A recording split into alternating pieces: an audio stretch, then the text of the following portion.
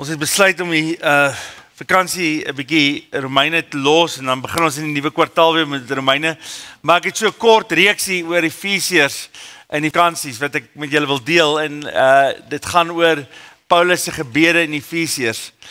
Hy begin in hoofstuk 1 bid hy vir die gemeente en dan hoofstuk 3 bid hy weer vir die gemeente. Dit is eintlik die mooiste, een van die mooiste gebede wat iemand kan bid. Ek dink as jy hierdie gedeeltes in Efesiërs vat, kom ons blaai sommer daarna toe. Efesiërs 1. Efesiërs 1.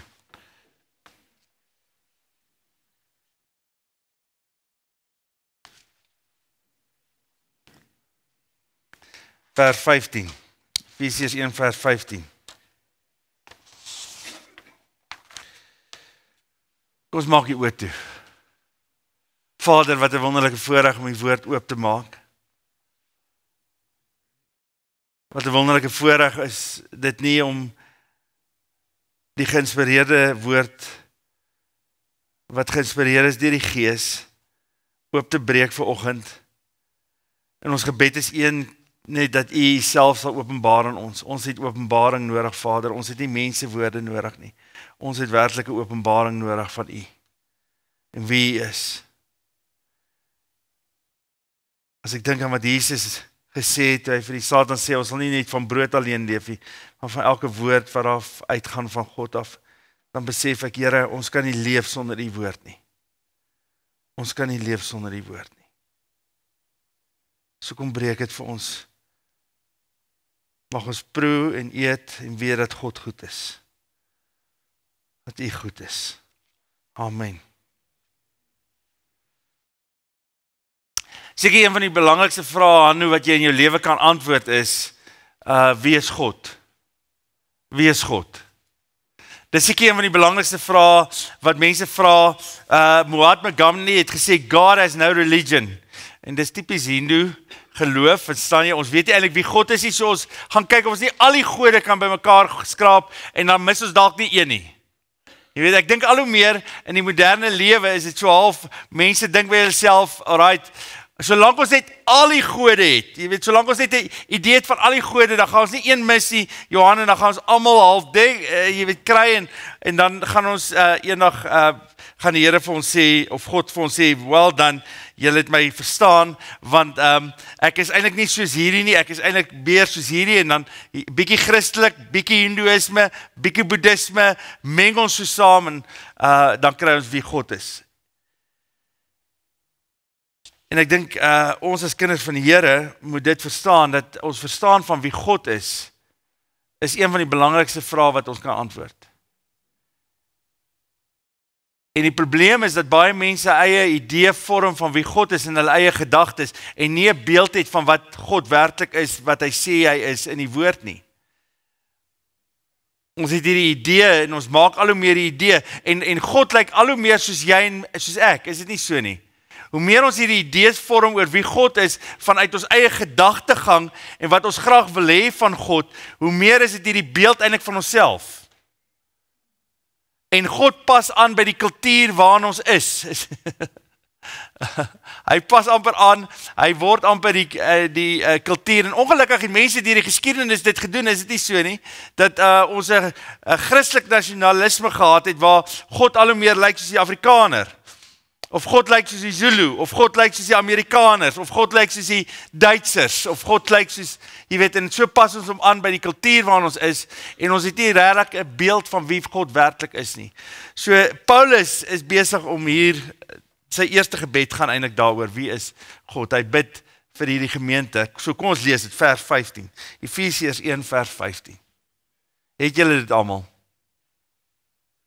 Daarom van dat ek gehoor het van julle geloof in die Here Jesus en van julle liefde vir al die gelowiges, hou ek ook nie op om vir God vir julle te dank nie. Wanneer ek in my gebede aan julle dink, bid ek dat die God van ons Here Jesus Christus, die Vader aan wie die heerlikheid behoort, sy gees aan julle wysheid gee en hom so aan julle openbaar dat julle hom werklik kan ken. Interessant genoeg, net vinnig hier stop. Die Grieks is eintlik wat hier staan is, bid ek dat God van ons Here Jesus Christus, die Vader aan wie die heerlikheid behoort, deur sy gees aan julle die wysheid en die openbaring sal gee dat julle hom werklik kan ken. Dis eintlik die vertaling.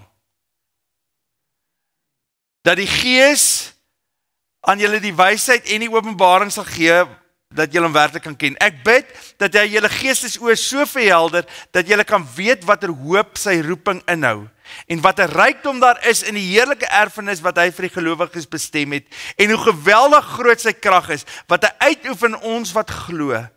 Dit is dieselfde kragtige werking van sy mag, wat hy uitgeoefen het toe hy Christus uit die dood opgewek en hom in die hemel aan die regterhand laat sit het. Hoog bo elke mag en gesag, elke krag en heerskappy en wat daar ook al sprake van mag wees, nie net in hierdie bedeling nie, maar ook in die bedeling wat kom. Ja, aan hom het God alles onderwerp, hom bo alles verhef en hom aangestel as hoof van die kerk is sy liggaam, die volheid van hom wat alles in almal vervul. Dis al my mond vol. So in een gedeeltetjie is hier so baie dat jy letterlik 'n hele, ek gaan dit nie doen nie, maar hele jaar kan besig wees. As jy dink Romeine was kwaai, dan is hierdie net so kwaai. Maar wie wat wonderlik van hierdie gedeelte is, as ons nie verstaan wie God is nie, as God homself nie openbaar aan ons nie, dan gaan ons nie kan weet wat hy van ons vra nie.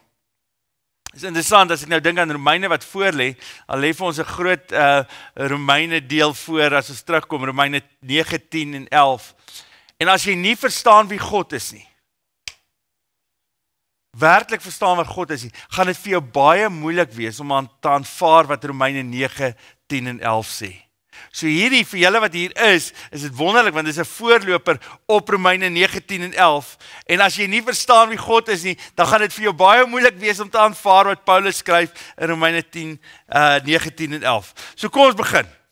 Wie is hierdie God van ons? Paulus begin deur te sê, hou ek ook nie op om God vir julle te dankie, wanneer ek in my gebede aan julle dink nie, bid ek dat die God van ons Here Jesus Christus, die Vader aan wie die heerlikheid behoort, deur sy gees sal gee. Die eerste ding wat jy moet weet is, jy kan God ken.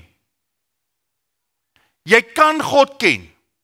As iemand vir jou sê, ons kan nie regtig God ken nie, ons het 'n idee van hom, en jy weet, hy is soos 'n olifant, met alle respek gesê, sê mense byvoorbeeld, hulle sê, baie godsdienste is besig met sy stert, ander is besig met sy slurp, ander is besig met sy lyf, en dan sê hulle vir hulle self, ja, hulle sien nie eintlik ten volle nie, ons sien so half gedeeltes van hom, en elke godsdienst het half so half gedeeltes van God, maar niemand kan hom reg ken nie. In elk geval is dit so 'n hoogmoedige stelling, want dit beteken dat die ou wat daai stelling maak, dink hy sien die hele olifant. Dis die interessante daarvan. Maar hier is die ding, Divan, hy sê hierso, hoe word God geken? Bid ek dat die God van wie? Van ons Here Jesus Christus. Dit wil sê, God het 'n identiteit, God is gedefinieer, en hy het homself gedefinieer, en laat sien deur Jesus Christus. Die God wat ons aanbid, word geken deur sy seun, Jesus Christus. So hy is nie ver af nie, hy het naby gekom, die woord het mens geword en onder ons kom woon. Ons het sy heerlikheid gesien. Die Vader se heerlikheid het ons in die Seun gesien. Dis hoekom ons hoef nie te twyfel nie, God openbaar hom deur wie? Deur sy Seun Jesus Christus. Daarom sê Jesus, as julle my gesien het julle wie gesien? My Vader gesien. So dis die eerste ding wat Paulus bid. Hy bid vir ons, van ons God die Vader, van ons Here Jesus Christus. As jy wil weet wie God is, kyk na Christus. Hy is die definisie, hy is die lewende definisie van wie God is. En dan sê Paulus die volgende, hy bid verder. En dan sê hy die volgende, bid ek dat God van ons Here Jesus Christus, die Vader aan wie die heerlikheid behoort, deur sy gees aan julle wysheid gee, en openbaar dat jy hom werklik kan ken. Dat hy wysheid sal gee en dat hy openbaringskenning sal gee sodat jy hom werklik kan ken. Deur die wysheid en die openbaring van die Gees kan ons God ken. Nou hier is 'n interessante ding. Net so, en dis, wat is wysheid? Waar begin wysheid? Wat sê Spreuke, waar begin wysheid? By die vrees van die Here. Die nuwe vertaling sê dien van die Here, die ou Hebreëse vertaling sê deur die vrees van die Here, die ontzag vir God, begin wysheid. Wysheid is wat ek leef in my alledaagse lewe. So dit wat ek weet, die woord sê en dit wat ek leef, begin by die vrees van die Here. Hoekom sê Spreuke dit? Hoekom is wysheid dit? Want hier is die punt. As jy God werklik ken en jy besef wie hy is en hoe groot hy is, verander dit jou hele lewe. As jy nie besef wie God is nie, sal jy nooit God gehoorsaam nie. Jou gehoorsaamheid aan wie God is, aan wat God sê, begin met die verstaan van wie God is. Nou moet julle my nie verloor nie. Hoor nou mooi wat ek sê. Jou gehoorsaamheid aan God begin met die verstaan van wie God is. As jy die verkeerde konsep het van God, dan is God hierdie een wat aanpas by my gedrag en nie ek aanpas by wie God is nie. As ek nie ontzag vir God het nie, kan ek hom nie gehoorsaam nie. Ons almal het al kinders gesien wat nie regtig, jy weet, hulle ouers luister nie. Hier's niemand in kruispad so nie, verstaan jy? Ek meen dit is unbelievable. Verstaan jy? Maar jy weet, as jou kind nie meer ontzag het vir jou nie, dan gaan hulle doen net wat hulle doen, hè. Jy weet, soos daai een keer my pa daai storie vertel, ek dink ek het hom al vertel, maar dit is altyd vir my 'n mooi storie van dit. Jy weet, hy gaan 'n ou besoek by mense en hulle is by die besoek en tydens die besoek sê die mamma, sy gaan net gou die dogtertjie, sy is so 4 jaar oud, sy moet haar gaan bad en sy gaan gou die bad intap en sy sê vir die dogtertjie, luister, as ek nou jou roep, dan kom jy, dan is die water reg. En die dogtertjie speel met haar poppies daar en goeters en my pa en die oom gesels nog en die man gesels en die volgende oom hoor hy daar uit die badkamer, Leifie, die water is reg, jy moet kom. Maar dit is asof hy net dit gehoor het en hy weet hy het nie 'n goeie gehoor nie. Verstaan jy, maar die gultjie, die meisietjie hoor niks. Hy is net besig met daar, nee. Volgende ook, Leifie, die water is reg, jy moet kom. Nou weet jy as jy 'n predikant in jou huis is, jy wil nie jou stem te hoog verhef nie, verstaan jy, maar hy kan hoor daar's 'n dringendheid in die tweede ene, verstaan jy, en jy moet kom, die water is reg, en sy sê, my poppie, en toe ewe skielik, verloor hy maar daar in die badkamer, Lisa. Het jy dit al verloor? Nee, nog nie. En jy hoor net in die badkamer, as jy nie nou kom nie, en sy kyk so op vir my pa, sy sê, sy's nou ernstig. Sy staan sy op. En baie van ons is dit, dat, jy weet, as ons kom by die Here, dan dink ons kan doen wat ons wil, verstaan jy, want hy is nie so ernstig nie, verstaan jy. Ons het die idee, dat hy eintlik Vader Christmas is, hy deel eintlik net vir ons goedjies uit, en hy is net lief vir ons, en hy is lief vir ons, moet net nie verkeerd verstaan, hy is verskriklik lief vir ons, maar as ons sag vir hom verloor, dan gaan ons gehoorsaamheid aan hom verloor. As ons vergeet wie hy is, verloor ons wysheid.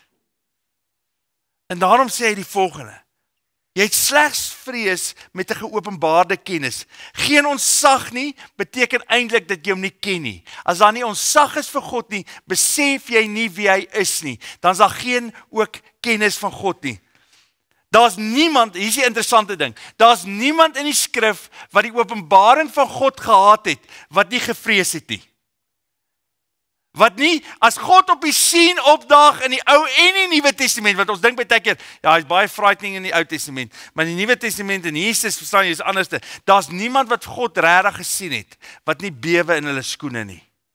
Ek gaan gou 'n paar teksvers vir julle opgooi, net om dit te verduidelik.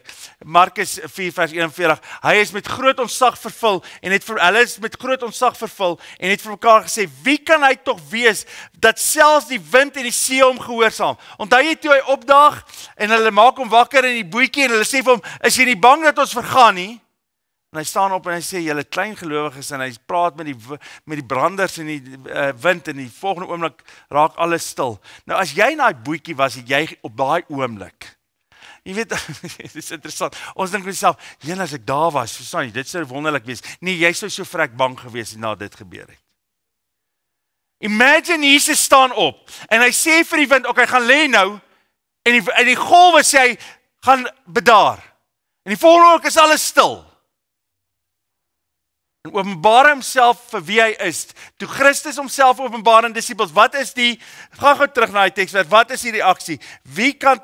Hulle is met groot ontzag. Daai is vrees, dis fobia in die Grieks. Dis vrees. Dis waar jy die woord fobia vandaan kry. Vrees. Hulle is met vrees vervul. Wie kan hy tog wees dat selfs die wind en die see hom gehoorsaam? Vir die eerste keer ontdek hulle wie God is en wie Jesus Christus is en wat gebeur met hulle. Daar's ontzag. Tweede ene. Toe Simon Petrus dit sien, val hy voor Jesus se knieë neer. Net gou konteks in hierdie gedeelte. Dis nou net na Jesus vir hulle gesê toe hulle hele nag vis gevang het. Nee? Hele nag vis gevang het, sê hy vir hulle, okay, gooi aan die regterkant van die boot, julle net uit. Wat gebeur? Die bote wil sink. Toe sê Simon Petrus, val hy voor Jesus se knieë neer en sê, gaan weg van my af, Here, want ek is 'n sondige mens. Hy en almal wat saam met hom was stom verbaas oor die groot klomp vis wat hulle gevang het. Nou hoor wat sê Jesus, Jakobus en Johannes, die seun van Zebedeus wat saam met Simon gewerk het, was net so verbaas. Toe sê Jesus vir Simon, wat sê Jesus vir Simon? Moenie bang wees nie. Van nou af sal jy mense vang. Wat dink jy het Simon Petrus se kop gegaan? Toe ewe skielik Jesus sê vir hulle, Here, ons het die hele nag gevang. Ons weet wat vissers is. Ons is vissers ons hele lewe. Hier is die vis en die Here sê gooi hom aan die regterkant. Hier vang hulle groot vis. Hy het nie gejubel en juig nie. As die Here so opdaag, dan is daar een ding wat gebeur met jou, Rosaan. Jy val op jou knieë neer en jy sê, Here, ek besef wie U is, vergewe my. Volgende ene. Markus 5:15. Toe hulle by Jesus kom en die besetene van wie die baie bose geeste was, dis die een wat die legio gehad het, die klomp duiwels in hom gehad het, en dit is in 'n heidense volk gewees, oor kan die see van Galilea, en Jesus bevry, hy jaag die demone in die varke, en onthou jy daai verhaal? Toe hulle by Jesus kom en besetene en wie die baie bose geeste was, daar sien sit met sy klere aan en by sy volle verstand het hulle groot geskrik. Hulle het groot geskrik. Wie wat vra hulle vir Jesus? Hulle het nie gesê, wonderlik, wil jy nie 'n bietjie langer bly nie? Jy moet weet, as Jesus 'n klomp demone in 'n varke ingooi en letterlik 2000 varke, dis omtrent 'n hele boerdery, nê? Sal julle saamstem? In daai tyd, hele boerdery oor die kraanse gaan in die see almal verdrink, dan wil jy nie Jesus meer daar hê nie asseblief, hoor. Hy kan dalk ons hele ekonomie ruïneer. Jy weet, asseblief Here, wil U nie maar weggaan nie. Dis wat hulle wil sê. Here, wil U nie maar weggaan nie. Hulle het so groot geskrik dat hulle nie hom wil hê nie. Maar toe hulle besef wie hy is, toe besef hulle wat hy kan doen. En as jy besef wie hy is en wat hy kan doen, is scary. Matteus 17, toe sy disippels het hoor, het hulle baie bang geword en op die grond neergeval. Maar Jesus het na hulle toe gekom en hulle aangeraak en gesê, staan op en moenie bang wees nie. Staan op en moenie bang wees nie. Dis na hulle vir Jesus op die boot ook gesien het. Nog ene, laaste ene, Openbaring 1 vers 17. Hier is die disipel, hierdie is vir my ongelooflike gedeelte. Hierdie is die disipel wat Jesus, wat sê in Johannes, dat hy die disipel is wat Jesus baie lief gehad het. Nee? So hy verstaan die liefde van Christus. Hy verstaan wie Jesus is. Hy weet dat Jesus hom lief het. Wat gebeur met hom op Patmos? Toe ek hom sien, het ek by sy voete neergeval en bly lê soos een wat dood is. Hy het toe met sy regterhand aan my gevat en vir my gesê, moenie bang wees nie, dit is ek, die eerste en die laaste. Dit is altyd vir my interessant. Mense skryf boeke oor hoe hulle God gesien het. En ek het baie min boeke gelees waar God opgedaag het by mense en waar hy by hulle sit, waar hulle op hulle knieë, op hulle gesigte neergeval het, want hulle die opgestaane Here Jesus gesien. Dis interessant as jy 'n boek lees van iemand wat, dis hoe jy weet, iemand het nie vir God gesien nie. As die eerste reaksie wat jy het, nie een is van op jou knieë neerval of op jou gesig neerval en sê, Here asseblief, moenie dit wys nie. Dan weet jy iemand het 10 keer nie vir God gesien nie of nie vir Jesus gesien. Die eerste ding wat gebeur as jy vir Jesus sien, is nie, "O, hallo Jesus." Met alle respek gesê. "Hallo, jene, toe daag jy nou op by my, wonderlik, verstaan jy? Ek het hier die probleempies, verstaan jy? Sal jy dit nee, dis nie dit nie. Wysheid en openbaring lei tot kennis. Wanneer God se woord in jou lewe ontmoet, ontdek jy wie God is. En dit verander jou hele lewe. Hier is die ding, jy het wysheid en jy het openbaring nodig van God. Hier is die interessante ding, wat gebeur? Wat gebeur? As ons die woord lees en ons implementeer dit in ons lewens, daar waar ek leef vir die Here, daar waar ek gehoorsaam is in die Here en God daag op, daar's werklike kennis van wie God is. In my gehoorsaamheid aan die Here en waar die Here homself openbaar, dis daar waar die Here homself openbaar, daar is werklike kennis van God. Wie van julle het dit al ervaar in jou lewe? Daar's 'n gehoorsaam, die Here sit op jou, jy's besig met die woord en die woord is besig. Jy weet, baie mense kan teksverse op social media sit, nê? Nee. Dis interessant, dis 'n nuwe ding. Jy stuur 'n paar teksverse aan en ek doen dit ook en dit is wonderlik, verstaan jy, gee vir mense teksverse. Maar wanneer leer jy God ken, is nie in die teksvers nie. Dis wanneer jy daai teksvers implementeer in jou lewe en God in daai dag op. En hy openbaar homself. Daarom kan jy 1000 teksverse ken. Jy kan die hele Bybel uit jou kop uit ken. Dit gaan bly tot kennis en nooit openbaring raak nie. Waar kom openbaring vandaan? Is wanneer jy die woord van God implementeer in wysheid in jou lewe en God openbaar homself in daai oomblik in jou lewe, dan kom ware kennis na vore. Dan gaan jy God ken. Tot daai tyd toe, gaan God net altyd hierdie persoon wees wat in die Bybel vasgevang is en wat jy van lees, maar wat jy nooit ervaar het nie.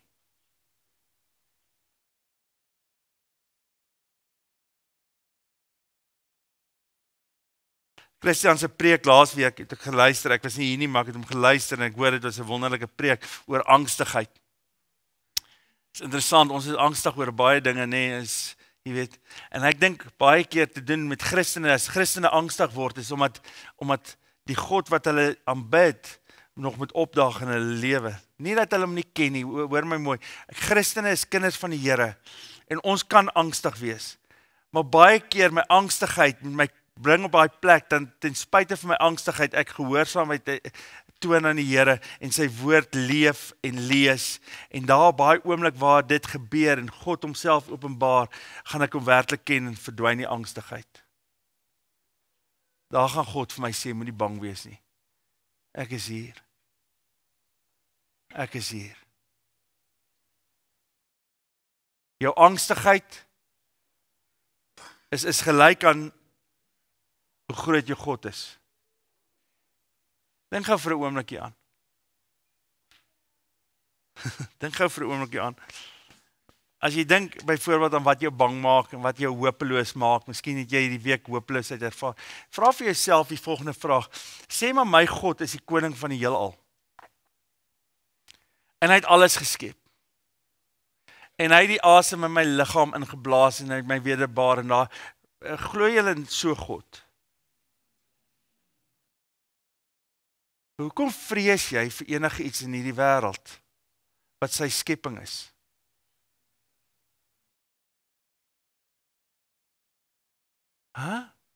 Dink gou vir 'n oomblik aan.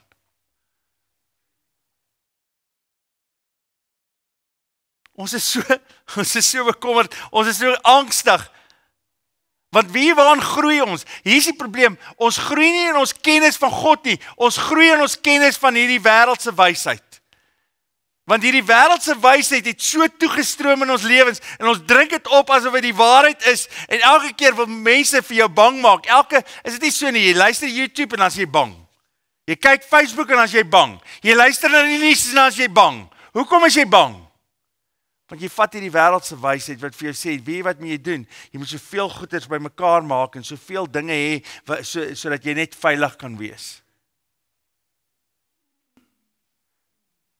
En ons is baie minder in God se wysheid en God se openbaring wat hy vir ons gee in Christus Jesus. Paulus gaan aan. Hy sê, wat is die gevolg van goddelike wysheid en openbaring wat lei tot 'n werklike kennis van wie God is? Hy sê, ek bid dat jou geestesoë so sal verhelder, dat jy kan weet wat eerstens, watter hoop sy roeping inhou. Tweedens, watter rykdom daar is in sy heerlike erfenis wat hy vir gelowiges bestem het. En derdens, hoe geweldig groot sy krag is wat hy uitoefen in ons wat glo. Dit is dieselfde kragtige werking van sy mag wat hy uitgeoefen het toe hy Christus uit die dood opgewek het en hom in die hemel aan die regterhand laat sit het, van God laat sit het. Wat is die 3 eienskappe van iemand wat werklik God ken? Hy het hoop in enige situasie. Wat is hoop? Jene, ek hoop dit gaan beter in ons land. Ek hoop die politiek raak beter. Ek hoop my finansies. Jene, ek hoop dit. Santay, wat is ons hoop? Kan iemand vir my sê wat is 'n kind van die Here se hoop?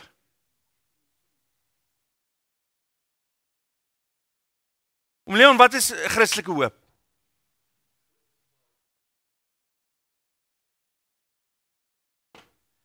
Dis die grootste hoop. Die eerste hoop is, boys, die Here kom weer. En as ek my laaste asem uitblaas, is dit nie my laaste asem nie. Dan gaan ek hemelse asem inasem. Dis die hoop. Maar daar's meer as dit.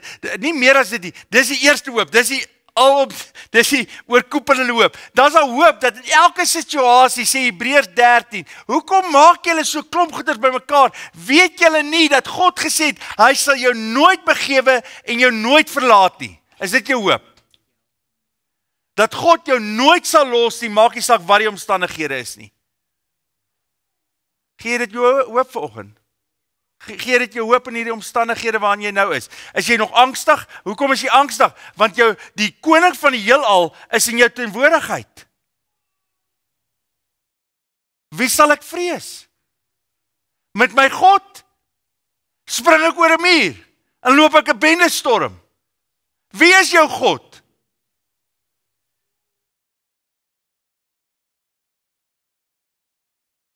Wie is jou God? Die Romeine het so 'n dingetjie gehad. Hulle gode so, hulle het altyd gedink Christen is ateïste, want as jy nie 'n beeldjie het nie, het jy nie 'n God nie, verstaan jy? Ons is jy weet jy sit jou beeldjie so langs jou en hy's op jou rakkie en al die goedjies, verstaan jy? En dan het jy hierdie verstaan van wie God is daar met jou teenwoordigheid. Nee, my broers en susters, ons het die koning van alle konings, die maker van die hemel en die aarde in ons teenwoordigheid op hierdie oomblik. En dis ons hoop. Dis ons hoop.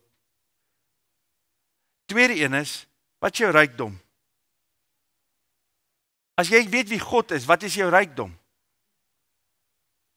Wie is ryk hier vanoggend? Enigiemand? Nee, jy hoef nie skaam te wees oor rykdom nie, hoor, jy kan maar opsteek as jy ryk is, verstaan jy, ek ben, is niks om oor skaam te wees nie, jy kan dit nie wegsteek, jy is soos goeie maniere, Gert. Ryk met kinders. Jy is ryk met kinders, maar dit, ja, toe maar wat. Jy sal nog uitvind.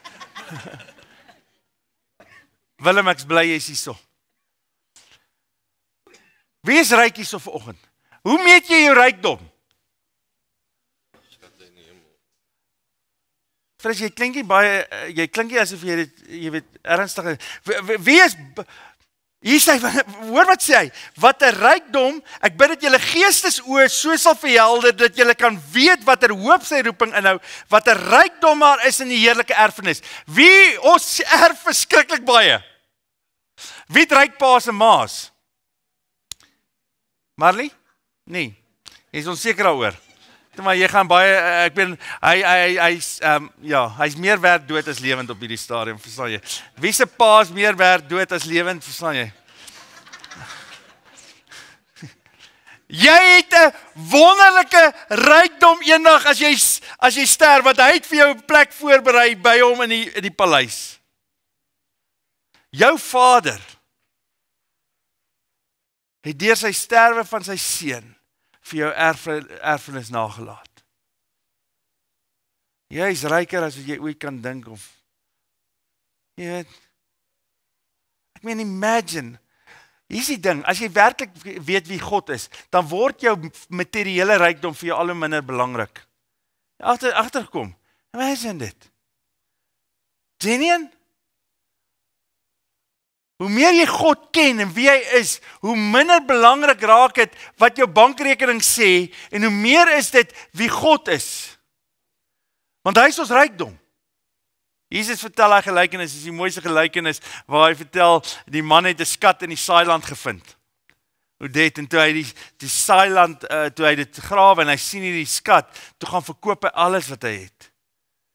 Hoekom? En hy koop die land. Want daarin is 'n skat.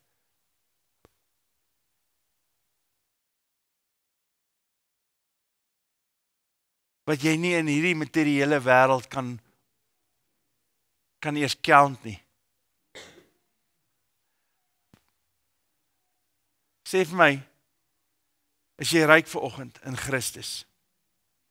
Verstaan jy hoe ryk jy is? Jy het 'n erfenis wat opgesluit vir jou is in Christus Jesus. Wat niemand van jou af kan wegvat. Die mot en roes kan dit nie verniel nie.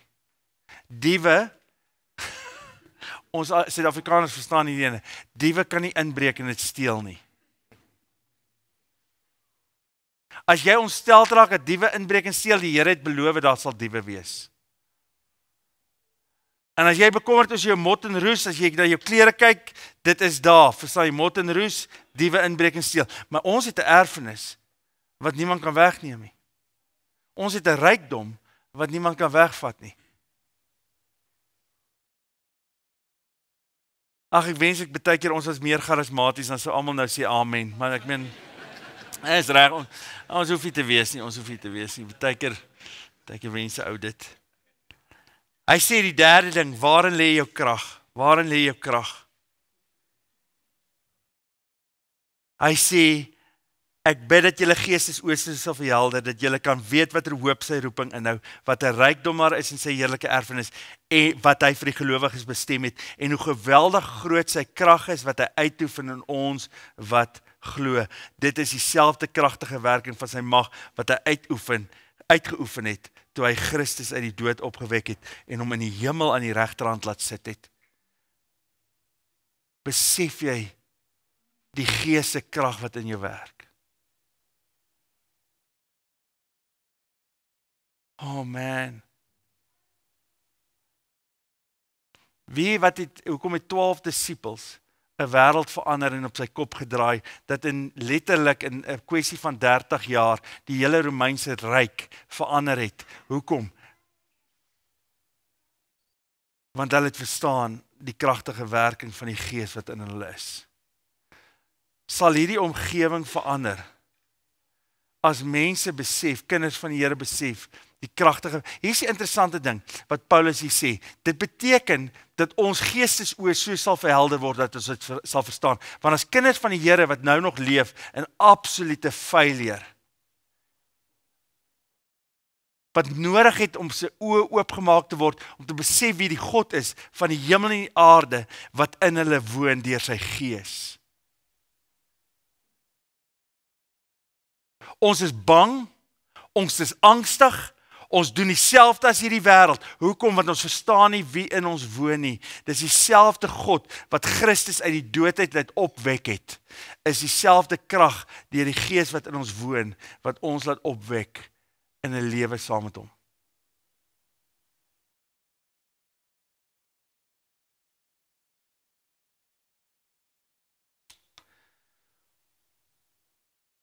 Ons is nie uitgelewer aan hierdie magte en kragte in hierdie wêreld nie. Hoor wat hier staan.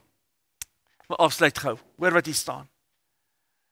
Ek wil nooit, jy kan my keer, Frikkie, as ek dit ooit weer sê, dan keer jy my. As ek oor die politiek of oor hierdie wêreldekonomie praat op 'n manier wat dit julle laat twyfel of God in beheer is, stop my. Gaan ons mekaar stop. Al wat jy moet vra, as iemand begin so praat, wie is jou God? Dis al wat jy moet sê. Wie is jou God? Want kom ek vertel julle wie is ons God? Wat sê Paulus hier? Hy sê die volgende: dit is dieselfde kragtige werking van sy mag wat hy uitgeoefen het toe hy Christus uit die dood opgewek het en hom in die hemel aan sy regterhand laat sit het. Hoog bo elke mag en gesag, elke krag en heerskappy en wat daar ook al te sprake van mag wees, nie net in hierdie bedeling nie, maar ook in die bedeling wat kom. Ja, aan hom het God alles onderwerp en hom aan alles verhef en hom aangestel as hoof van die kerk. Die kerk is sy liggaam, die volheid van hom wat alles en almal vervul. Hy is verhef oor elke mag en gesag.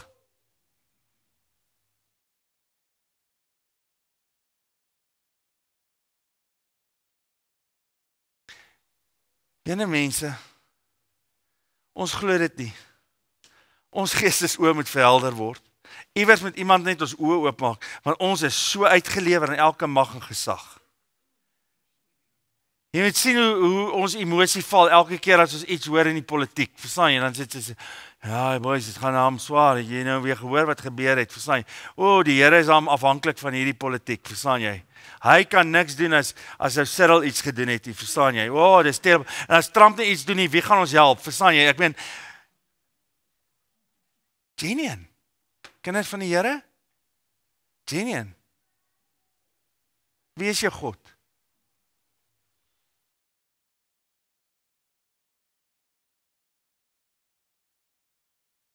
Alles is onder sy voete geplaas en hy is in ons en ons is in hom.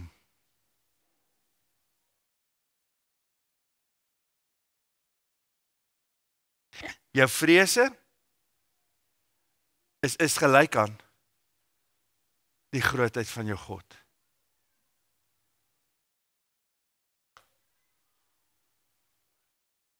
Amen. Vader, wat 'n wonderlike voorreg om die koning van die heelal Vader te kan noem. Here, hoe wonderlik is dit nie dat U in hierdie oggend nie beheer verloor het nie. As ons na U kyk, dan sê U, daar's net een ding wat jy moet vrees en dis God. En Here, U is ons Vader en U sê vir ons, waar daar ware liefde is, die vrees ook verdwyn. So wonderlik is dit om voor U te kan staan in hierdie oggend en te kan weet dat alles onder U onderwerp is. Daar's nie 'n ding wat nie onder U voete staan op hierdie oomblik nie. Op 'n dag gaan elke knie buig en elke tong bely dat U die Here is. Vader, gee vir ons boldness in hierdie tyd. As U kinders. Geef ons die hoop van ons roeping. Geef ons die rykdom van die erfenis. Geef ons die krag, Vader, wat ons het deur die Gees. Mag ons geestesoë so verhelder, dat ons sal weet ons is skatryk. Ons het ongelooflike hoop. Gelooflike hoop. En ons het die krag wat die wêreld tot stand gebring het. Here, miskien sit hier iemand met vrees. Ek bid dat U ons geestesoë so sal verhelder. Here, niks gaan ons kry van die liefde nie die dood nie, die lewe nie. So as die dood oorwin is, Vader, help ons om dit te verstaan as die dood oorwin is. Wat is daar waarmee jy my kan dreig nog? Dankie dat ons 'n rykdom het wat geen mot en roes ons kan verneel en geen diewe inbreek en dit steel nie. Vader, dankie dat ons rykdom in U is. Here, maak oop ons gemeente se oë asseblief, Vader. Here, ek kan nie deur 'n preek te doen nie, Vader. U moet openbaringskennis gee vir ons. Mag die lewe in gehoorsaamheid aan U, die wysheid, mag U openbaar in daai oomblikke en mag ons sien wie U is in hierdie week. Ek pleit dit vir elkeen van ons. Here, ons murmureer asof ons nie 'n God het nie. Ons het vrees en angstigheid asof ons nie 'n God het wat vir ons lief is nie. Maak ons oë oop. In Jesus naam. Amen.